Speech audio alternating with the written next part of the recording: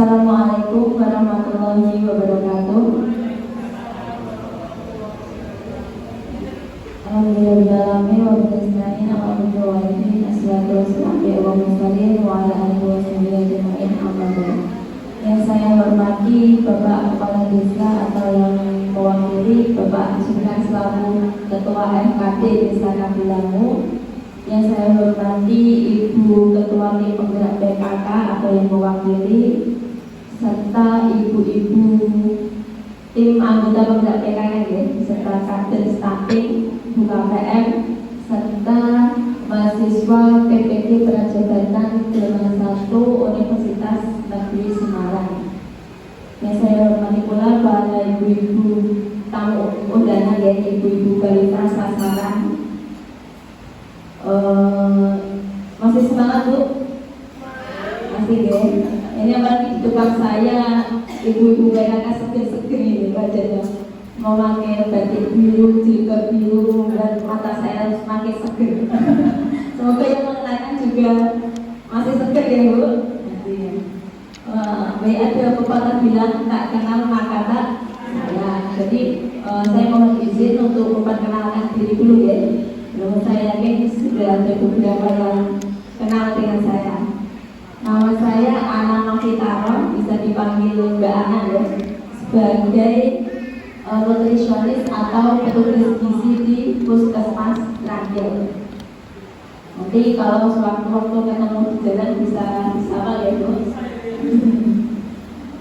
Dan kemarin sempat dihubungi sama ini mahasiswa PPG UNES untuk menyampaikan materi terkait stunting.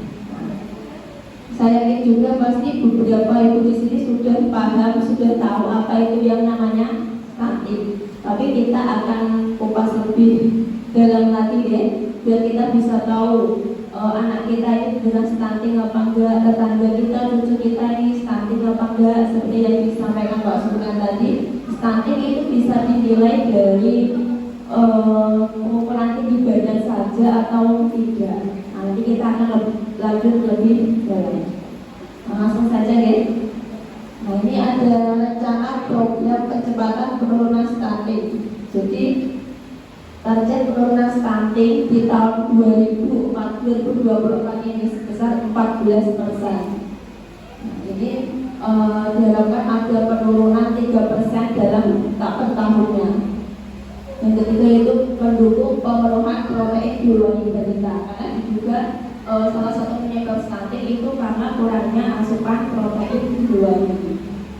Kemudian intervensi melalui puskesmas dan posyandu dengan cara rujukan berjenjang. Jadi dari posyandu nanti ditemukan masalah, kemudian dirujuk puskesmas, kemudian baru dirujuk ke rumah sakit. Kemudian melengkapi mendigitalisasi alat ukur di seluruh posyandu. Target prevalensi stunting Kabupaten Pati tahun 2024 ini sebesar 7,7%. Sedangkan prevalensi kita di wilayah Kecamatan Rangkil itu pada bulan Februari 2024 kemarin itu 8,6%. Kita masih punya PR ya, karena target di Kabupaten Pati ini sebesar 7,7. Tetapi untuk Desa Kabilangu ini alhamdulillah sudah lulus jadi lokus stunting ya. Alhamdulillah. Setelah berapa tahun kira-kira Pak? 2 tahun. Dari 2022 itu Kabilangu menjadi desa lokus stunting. Alhamdulillah di tahun 2024 ini sudah tidak menjadi lokus stunting. Sekarang berbeda di Desa Ketanen. Jadi pencapaian luar biasa. Semua program, semua anggaran yang digunakan untuk stunting ini berarti bisa dikatakan berhasil ya Pak. Karena untuk presentasenya di Kabilangu juga menurun, kemudian bisa bebas dari lokus, itu sudah prestasi yang luar biasa. Lanjut. Nah, ini tujuan penurunan stunting oleh pemerintah. Kenapa harus diturunkan ini? Untuk usia di bawah 2 tahun atau balita itu target penyelamatan otak. Kenapa? Karena anak yang stunting itu cenderung otaknya melambat, tidak seperti anak yang normal. Jadi itu yang di bawah 2 tahun targetnya untuk penyerapan otak.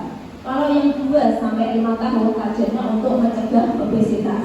Karena anak yang stunting sudah lebih dari 2 tahun itu cenderung saat dia besar akan mengalami obesitas, dan saat dia sudah dewasa akan beresiko mengalami kayak penyakit degeneratif, penyakit tidak menular.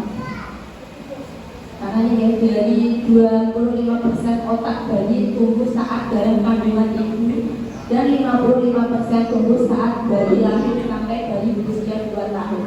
Jadi total tercapai pertumbuhan otak 80% itu saat dalam kandungan sampai usia 2 tahun, atau biasa kita sebut 1000 HPK, 1000 hari pertama kehidupan. Dari saat bayi masih di dalam kandungan sampai dia usia 2 tahun itu pembentukan otak. Dan mengapa balita stunting dan kekurangan gizi harus dinormalkan? Karena kecerdasan balita stunting IQ-nya itu beda 20 poin dengan balita yang normal. Kemudian balita stunting mudah tertular penyakit. Jadi balita yang sudah didiagnosis stunting itu imunnya lebih rendah daripada yang tidak stunting. Kemudian ini yang saya sebutkan tadi, berisiko mengalami obesitas saat dia remaja, dan berisiko menderita diabetes, jantung, dan tekanan darah tinggi.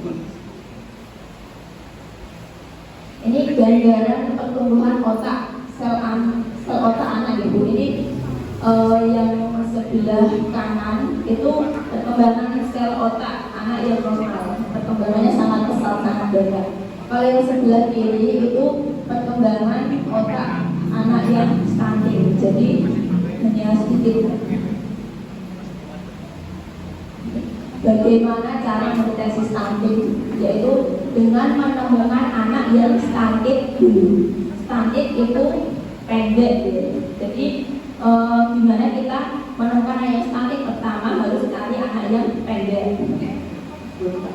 Dengan cara mengukur panjang badan atau tinggi badan dengan alat pengukur standar dan cara pengukuran yang standar, dan diplot dulu di kurva pertumbuhan apakah anak tersebut pendek atau tidak. Jadi dengan cara mengukur ya. Nah, ini bisa dilihat di buku KMS, buku kaitan ibu, buku pink. Mungkin ada yang bawa dari ibu. Ini bisa dilihat di grafik panjang badan atau tinggi badan menurut umur. Jika dia hasilnya itu di bawah M2, berarti itu dia dikatakan pendek. Untuk mendapatkan data yang akurat dimulai dengan cara penimbangan dan pengukuran panjang badan dan tinggi badan yang benar. Kenapa? Karena seringkali ya, kalau kita posyandu itu kan usuk-usukan gitu, antri, kita cepet-cepetan, jadi besar kemungkinan kalau ada salah pengukuran. Apalagi kalau anak yang nangis itu kan kita nggak bisa mendapatkan hasil yang masing-masing yang tepat. Jadi mungkin tergesa-gesa yang seharusnya dia normal ternyata sakit karena dia nggak bisa diem gitu ya. Nah, ini set antropometri yang terstandar. Alhamdulillah kita di wilayah Kecamatan Tangil sudah terdistribusi alat antropometri yang terstandar dan lengkap ya. Tadi lampu sudah lengkap semua. Ada pada badan, tinggi badan, kemudian tingkat kepala, dan lainnya itu sudah terstandar. Jadi insya Allah alat kita sudah lengkap, sudah standar.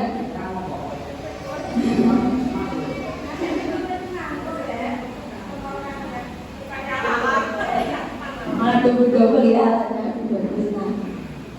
Ini alatnya sudah terstandar, berarti cara pengukurannya juga harus tepat. Seharusnya kalau alatnya sudah terstandar, pengukurannya sudah tepat, itu hasilnya sudah valid, sudah sesuai.